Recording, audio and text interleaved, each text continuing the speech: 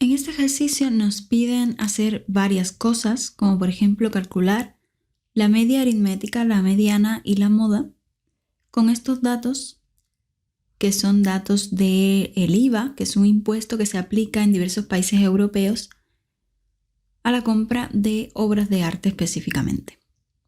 Bien, ese impuesto se aplica a otras cosas, pero estos datos se refieren a la compra de obras de arte.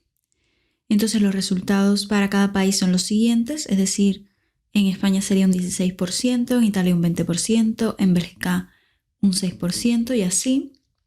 Bien, lo único que no nos dan los porcentajes, sino proporciones. Además de la media, la mediana y la moda, nos piden hallar también los cuartiles, el rango intercuartílico y dibujar un boxplot para estos datos. Entonces, lo primero que vamos a hacer, que nos va a ser muy útil, sobre todo para estas cosas y para el cálculo de la mediana, va a ser ordenar de menor a mayor los datos. Es decir, vamos a identificar el mínimo de estos datos, son poquitos así que lo podemos hacer. Es el 0.06, que se repite además 3 veces. Vamos a ponerlos aquí ordenados. Después vendría el 0.07, luego el 0.16, luego el 0.17, luego 0.20 y 0.22. Bien, entonces estos serían nuestros datos que son de 8 países. Bien, vamos a comprobar que tengamos 8. Vale, tenemos 8. Entonces, sobre esto lo primero que nos piden hallar es la media. Vamos a llamarle a esto x1, x2, x3, es decir, estos son los elementos muestrales porque esta es nuestra muestra.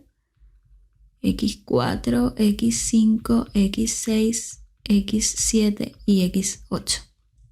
La fórmula para hallar la media, cuando tenemos n observaciones, lo único que en este caso vamos a tener 8 observaciones, 8 elementos muestrales, pero la fórmula general para que la tengan es media, que además la media muestral se suele denotar así, x barra, es igual a, va a ser una fracción entre el sumatorio desde i igual a 1 hasta n de los elementos muestrales de xi, desde el primero, ¿no? x1, x2, x3, hasta xn, y esto se va a dividir por n. Es decir que nosotros, para hacer la media, lo que tenemos que hacer es hacer un promedio, es decir, sumar y dividir entre el total. Bien, en nuestro caso sería hasta 8, es decir, habría que sumar todas estas, ¿bien? Sumatorio desde i igual a 1 hasta 8 de las xi, dividido entre 8. Entonces, cuando sumamos 0.6 más 0.6 más 0.6 hasta este último, aquí arriba esa suma nos da 1, que dividido entre 8 es igual a 0.125. Y este sería el resultado de la media. Ahora, para calcular la mediana, vamos a utilizar estos datos que ya los hemos ordenado, ¿bien? Porque cada vez que calculemos la mediana tenemos que ordenar los datos de menor a mayor porque vamos a encontrar el momento o el dato que me separa en dos grupos que contienen el 50% de las observaciones, que va a ser este lugar de aquí. Es decir, en este momento yo voy a tener 4 observaciones por un lado y 4 observaciones por el otro. Bien, es decir, hemos ordenado los datos y hemos separado los datos en dos grupos que contienen la misma cantidad de observaciones. Bien, un 50% por aquí y un 50% por aquí. El 50% de 8 es 4. Ahora, ¿qué pasa? Esto va a pasar porque el tamaño muestral es un número par. 8 es un número par. Entonces, cada vez que tengamos un tamaño muestral que sea un número par, siempre la separación va a estar entre dos números. Sin embargo, si tuviésemos 9 observaciones, si fuese impar, en este caso, si tuviéramos uno más, entonces iba a coincidir con un solo elemento. ¿Ven? Podemos hacer la prueba agregando otro número, viendo dónde se separan y esa separación va a coincidir con uno de nuestros datos. Por ejemplo, este, ¿no? Si agregamos uno por aquí mayor que 0.22, coincide con el 0.16 esa separación. Entonces, en el caso de que tengamos un número total de datos que sea un número par, ese número que me separa los datos en un 50%, 50% va a ser la mediana. Pero en el caso que tengamos un número par, como en el nuestro de ahora de este ejercicio, la mediana va a ser el promedio entre estos dos números que me separan los datos en dos grupos. Es decir, la mediana va a ser igual a 0.07 más 0.16 entre 2, porque es el promedio de esos dos datos que están a ambos lados de la separación. Y eso es igual a 0.115. Y para la moda simplemente hay que pensar en la palabra que significa lo que está de moda, ¿no? Entonces va a ser el valor que más se repite, lo más frecuente. ¿Cuál es el valor que más se repite? Todos se repiten una sola vez, excepto este valor, el 0.06. Entonces la moda es 0.06. Ahora vamos a hallar los cuartiles. Vamos a ver primero qué significan, luego el rango intercuartílico y vamos a dibujar un boxplot con todas estas medidas. Los cuartiles van a ser los elementos que me dividen a mis datos, a mi conjunto de datos, en 4 partes. Por eso se llama cuartiles. ¿Bien? Dividen a mis datos en 4 partes que tienen la misma cantidad de elementos cada parte. Entonces, como aquí tengo 8 elementos, ¿cuáles van a ser esos 4 grupos? Pues van a ser este y este. Bien, entonces, ¿cuáles van a ser los cuartiles? Pues ese lugar donde queda la división. Entonces, voy a tener 3 cuartiles. Bien, los cuartiles dividen los datos en 4 partes, pero en realidad ellos van a ser 3 valores, porque son estos 3 valores intermedios que han quedado cuando yo he dividido mis datos en 4 partes. Ahora, notemos una cosa. El segundo cuartil siempre va a coincidir con la mediana, así que ya lo tenemos hallado, ya lo tenemos calculado aquí, que es este. Faltaría hallar el primer cuartil y el tercer cuartil, ¿no? Q1 y Q3. Ahora, aquí va a pasar lo mismo. En el caso de que tengamos un número impar, estos cuartiles van a coincidir, igual que la mediana, con un dato de nuestros datos, ¿bien? Un numerito. Pero en el caso de que no coincidan, como en nuestro caso, siempre se va a coger, como quedan entre 2, siempre se van a coger los 2 que están a ambos lados de donde queda el cuartil. Entonces, aquí Q1, el cuartil 1 va a ser igual a la media entre 0.6 y el otro valor que es 0.6 también. Como son iguales, la media entre los dos va a ser 0.06.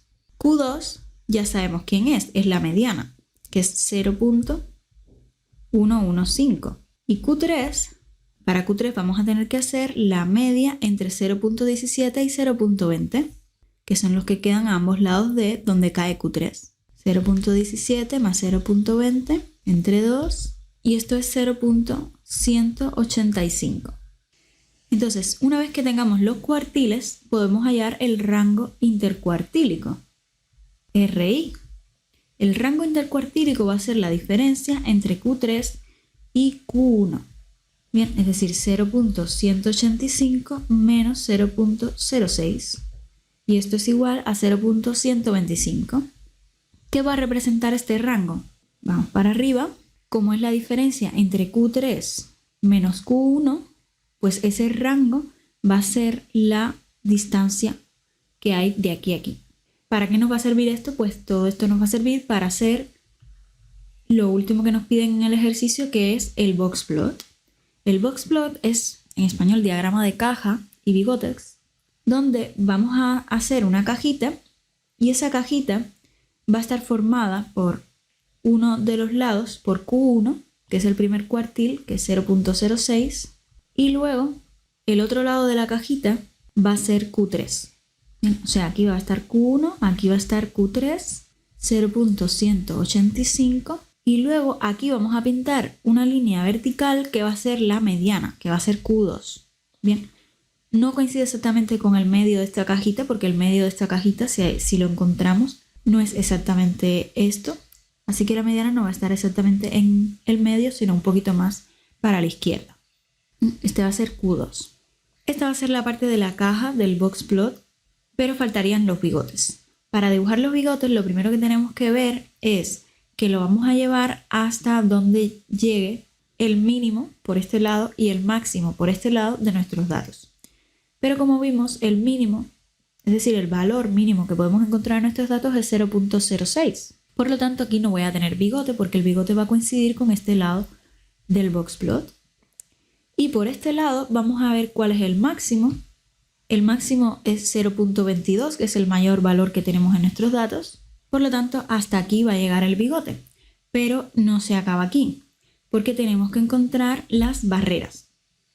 La barrera 1 va a ser la barrera por la izquierda, que no la vamos a encontrar porque en este caso el mínimo, que es el bigote por la izquierda, coincide con el lado izquierdo del boxplot. Entonces no hace falta la barrera porque sabemos que la barrera no va a estar por aquí, pero de todas formas la fórmula para hallarla en el caso del lado izquierdo es Q1, que es este que está aquí, este valor, menos, es decir, la barrera va a estar hacia acá, menos 1.5 por el rango intercuartílico. Entonces, claro, la barrera me va a quedar por aquí porque si a 0.6 le resto una cantidad que es 1.5, esto me va a quedar por aquí, ¿no? Y no voy a tener que modificar nada. Y por este lado, la barrera 2 va a ser igual a Q3, es decir, lo que tengo aquí, Q3, más, para que esté para acá, 1.5 por rango intercuartílico. Bien, entonces esta sí la vamos a hallar para ver qué pasa con este bigote. Q3 es igual a 0.185 más 1.5 por el rango intercuartílico, que es 0.125, este que está aquí. Y esto da 0.3725. Ahora, este número lo tenemos que comparar con este. ¿Cuál es mayor y cuál es menor? La barrera es mayor, por lo tanto la barrera va a quedar más a la derecha. La barrera va a quedar por aquí. Bien, esta va a ser la barrera 2. Esta es la barrera 1. Entonces, cuando pasa esto, que mi mínimo y mi máximo están por dentro de las barreras, por dentro de este rango que me denota las barreras, no cambiamos nada. Bien, la opción de cambiar algo, de que tengamos que cambiar algo, sucede cuando, por ejemplo, si hubiese pasado que este máximo de mis datos hubiese estado por aquí. Si eso hubiese estado por aquí, se pasa de las barreras y todo lo que se pase de las barreras va a ser denotado como atípico. Bien, entonces esa observación, imaginemos que sea 0.5, ¿no? Que tuviésemos ese dato. Está por arriba de la barrera, se sale, es atípico y tendría que modificar mi bigote a la observación máxima que está inmediatamente antes de la barrera. Bien, es decir, que si puedo tener atípicos por aquí, puedo seguir teniendo observaciones que sean atípicas. Y ya el bigote va a ir hasta la observación de mis datos, la máxima, pero que esté por dentro de la barrera. Bien, así es como se juega cambiando pues estos bigotes en dependencia de si las barreras están por fuera o por dentro. Y ese sería nuestro boxplot en el caso de este ejercicio. No tenemos presencia de atípicos. Bien, ahora, ¿qué representa esto? Pues esto va a representar, esta caja de aquí, va a representar el 50% de los datos más centrales. Bien, esta cajita de aquí. ¿Por qué? Volvamos arriba.